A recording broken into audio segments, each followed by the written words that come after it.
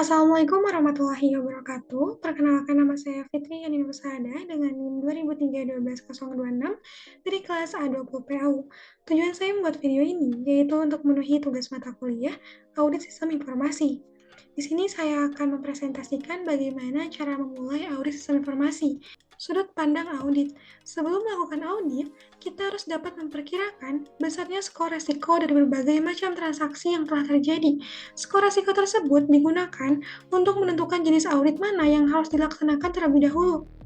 Jadi, besarnya skor resiko untuk setiap jenis audit akan menentukan urutan atau prioritas pemeriksaannya. Tidak semua jenis audit harus ditentukan skor resikonya. Jenis audit yang harus ditentukan skor resikonya adalah jenis audit yang memiliki potensi besar untuk memunculkan kesalahan atau kecurangan. Contohnya, pencatatan penerimaan, piutang lebih dari 1 kali, kecurangan pembayaran utang, markup penjualan, dan sebagainya. Formula yang dapat digunakan untuk menentukan besarnya resiko adalah skor resiko sama dengan kemungkinan dikali dampak. Nilai kemungkinan berupa persentase, contohnya 10%, 50%, 75%, 90%, sedangkan nilai dampak berupa satuan mata uang seperti rupiah ataupun dolar dan sebagainya, yang disajikan dalam bentuk interval seperti Rp500.000, Rp1.000.000, dan sebagainya. Langkah pertama untuk memulai audit sistem informasi yaitu mendapatkan data klien. Yang pertama, menentukan data-data yang dibutuhkan untuk audit.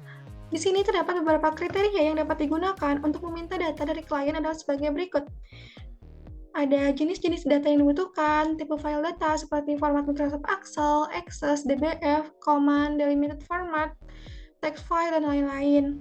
Ada record layout atau struktur kolom, ada waktu transfer data dan metode transfer data, bisa menggunakan disk, email, local network, types, CD-ROM, zip disk, dan lain-lain.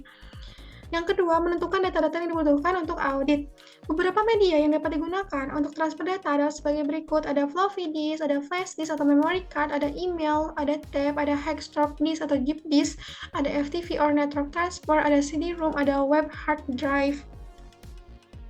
Setelah meminta data dari klien dan diskusi dengan klien tentang kebutuhan data untuk pemeriksaan diformalkan dalam bentuk surat permintaan data yang ditunjukkan kepada manajemen perusahaan atau organisasi klien. Contoh dari surat permintaan data seperti ini. Di sini ada keterangan kantor akuntan publik kepada PT yang akan diaudit. Dengan hormat kita meminta file-file sebagai berikut. Seperti ini. Yang ketiga, verifikasi data yang diterima dari klien.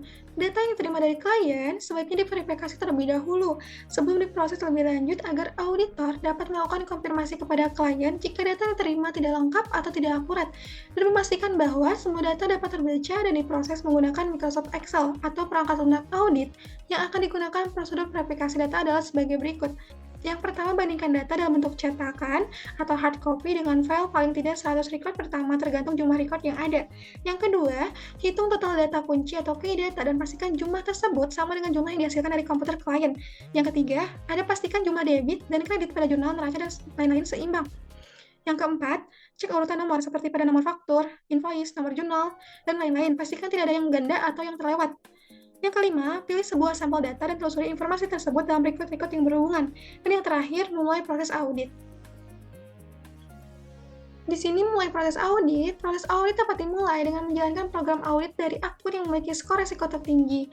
Pastikan kita membuat dokumentasi pemeriksaan yang lengkap dan mudah dicari kembali. Dapat dilakukan dengan membuat indeks pada setiap file yang diperiksa. Sekian presentasi dari saya, mohon maaf apabila masih banyak kekurangan. Wassalamualaikum warahmatullahi wabarakatuh. Terima kasih.